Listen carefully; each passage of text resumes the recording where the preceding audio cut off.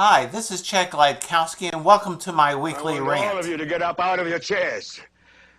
I want you to get up right now and go to the window, open it, and stick your head out and yell, "I'm as mad as hell, and I'm not going to take this anymore!" I want you to get up right now.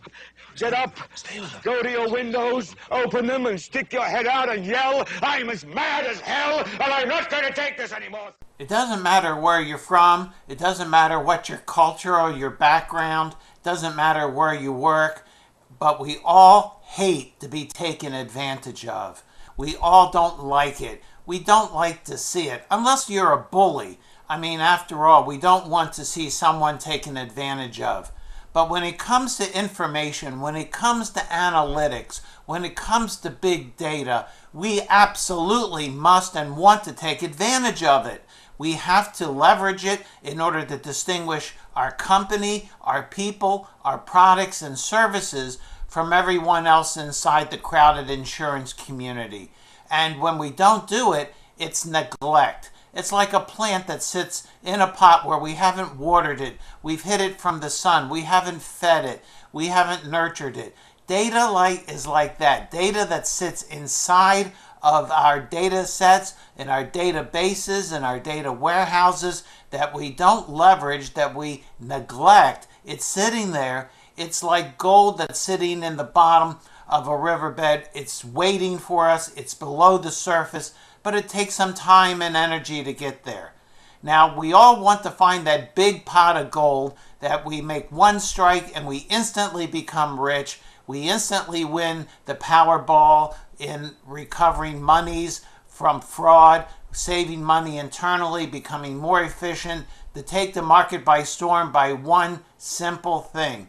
But it doesn't happen. It's more like panning for gold dust. We find it after hard work. We find it after working long and hard. We focus. It takes our actual hands getting dirty, and we have to repeatedly, over and over again, pan to find this gold, to pan to find the value, to search it out. That's how it happens. And so I want to give you 3 steps today for the use of analytics, big data, business intelligence inside the insurance community. It doesn't matter whether you're an insurance agent or an insurance carrier. These same steps apply to you and your communities. And for vendors, these are the things that you need to supply both from a product and services standpoint. First of all, it requires focus.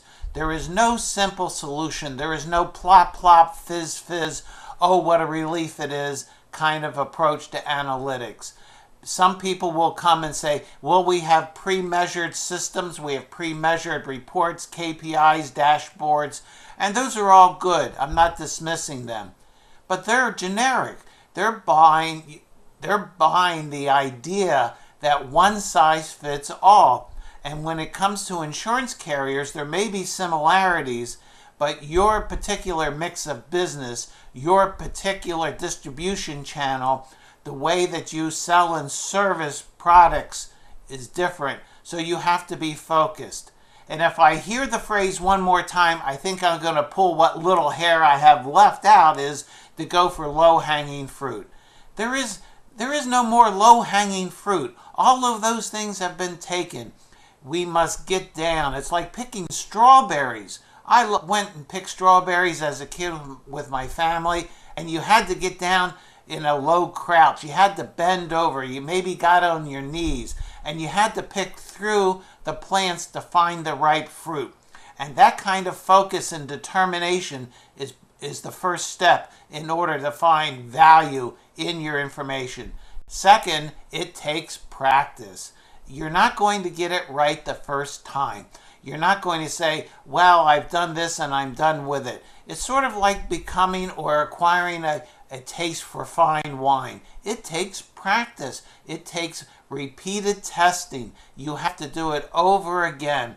Don't think that you're going to build the all-knowing, all-seeing business analytics tool for your company right out of the gate. And that leads to the third thing that I want to say in closing, is that it is the project of second chance. You're going to need to do a project looking for analytics savings or efficiencies, and then you're really going to have to do it again in order to do a do-over, to start again, because at the end of the process, you're going to know a heck of a lot more than you knew when you started. So you're going to, every once in a while, need to do a second chance project. It's sort of like tuning your guitar. You don't tune the guitar and use it and then put it away. I have a friend who works in Tennessee, and that's his whole job, is tuning guitars. And he loves his job. And we're going to need the exact same approach with business analytics and insurance, because what works today will not work in the months ahead. Business climates change, competitors change, state regulations change, organizations change, so we're going to need to tune those things from time to time. In order to actively and aggressively use analytics in the insurance community, you're going to have to jump out of the comfortable fishbowl that you're in. You're going to need to do some things that are uncomfortable. You're going to need to do some new things. You're going to have to look at life differently. You're going to have to look at information differently. And you're going to have to dig down and do it. You're going to have to bend over to have focus. You're going to have to practice it. And you're going to have to also have projects that are the second chance projects. I was reading a story recently about a manufacturer. And do you know what they measure in their analytics? They measure the number of times you turn a screw to insert it. And I was thinking to myself, boy, these people need more to do. I mean, measuring how many times the screw is turned in order to insert it, I mean, what's up with that? But the manager said, we are able to figure out, are we using the proper screw? Is all the material there at the right time, with the right place, with the right resources? We don't want to overturn or over-tighten it, because that will create quality problems. You measure what's important. And so I challenge you, measure what's important with analytics in the insurance community, inside your organization, distribution, and service channels. This has been Chet Glidkowski. Thanks for listening to my weekly rant. Have a good one, and bye-bye. 'Cause you had a bad day, you're taking one down.